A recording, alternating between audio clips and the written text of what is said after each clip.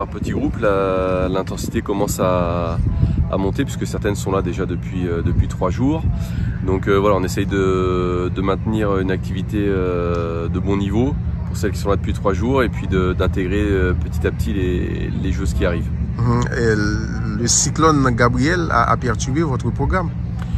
Oui, plus que perturbé puisque le cyclone s'est déclenché le jour où toute la délégation voyageait. Donc comme vous savez, on voyage des États-Unis, d'Haïti, de France, du Portugal, d'un petit peu partout. Donc c'est vrai que ça a complètement désorienté la venue de nos joueuses, l'organisation.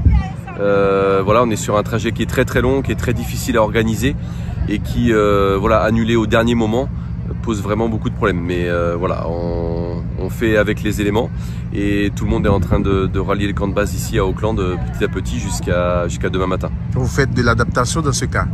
Oui, tout à fait. Il y a des joueuses qui ont eu une petite séance à Paris en attendant. Il faut savoir que les joueuses qui étaient à Paris sont celles qui ont joué ce week-end, donc il y avait moins d'urgence à les faire s'entraîner. Et puis on était sur quelque chose de plus progressif ici pendant que les filles attendaient les autres.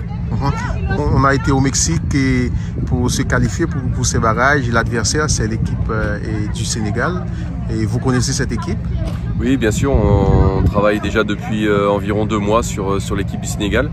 Que ce soit à travers des rapports statistiques de nos partenaires observateurs, aussi avec les analyses vidéo. Et puis on a regardé beaucoup de matchs, forcément, tous les matchs de la dernière CAN. Donc c'est un adversaire qu'on commence à bien connaître. Et pour l'effectif, vous espérez quand même accueillir tout le monde? Oui, bah, on l'espère toujours. Là, a priori, tout le monde est en voyage. Donc c'est déjà un bon signe. Tout le monde est à l'aéroport, tout le monde a son billet, tout le monde est dans l'avion. Donc ça paraît fou, mais c'est déjà, vu ce qui s'est passé, vu ce qui nous est arrivé avec ce cyclone, c'est déjà une grande victoire là qu'on est tout le monde en route. On sait que demain on sera tous ensemble et c'est le plus important. Et puis l'objectif, c'est d'aller à la Coupe du Monde. Il n'y en a pas d'autre, hein. Je crois que la première interview qu'on a fait, c'était un match face au Honduras en février de l'année dernière, je m'en rappelle. On est février 1 an après, l'objectif est toujours le même. On est dans ce qu'on avait prévu. On a eu une petite désillusion, on s'en rappelle, au Mexique face à la Jamaïque, mais on est dans le plan de marche. Voilà. Le premier objectif, c'était de venir au barrage. L'exploit, c'était de se qualifier directement. Donc oui, l'objectif est là. Il y a 2 matchs, il ne faut pas l'oublier. Il y a 2 matchs à gagner et on va le faire. C'est ce qu'on s'est dit avec les filles, on va le faire.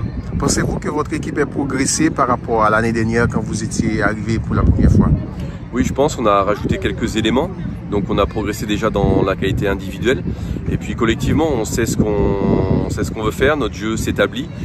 Maintenant, on doit travailler sur l'adversaire parce qu'on ne peut pas jouer tous les adversaires de la même façon. On doit exprimer nos qualités, mais dans un cadre qu'on définit par rapport à l'adversaire. Voilà, nos qualités elles ne changent pas, notre jeu il ne change pas. Voilà, parce qu'on a des qualités qui sont fortes et des marqueurs qui sont forts dans notre jeu, mais on doit savoir l'adapter à l'adversaire. C'est là une grande preuve d'intelligence et je pense que dans ce domaine-là, on a progressé.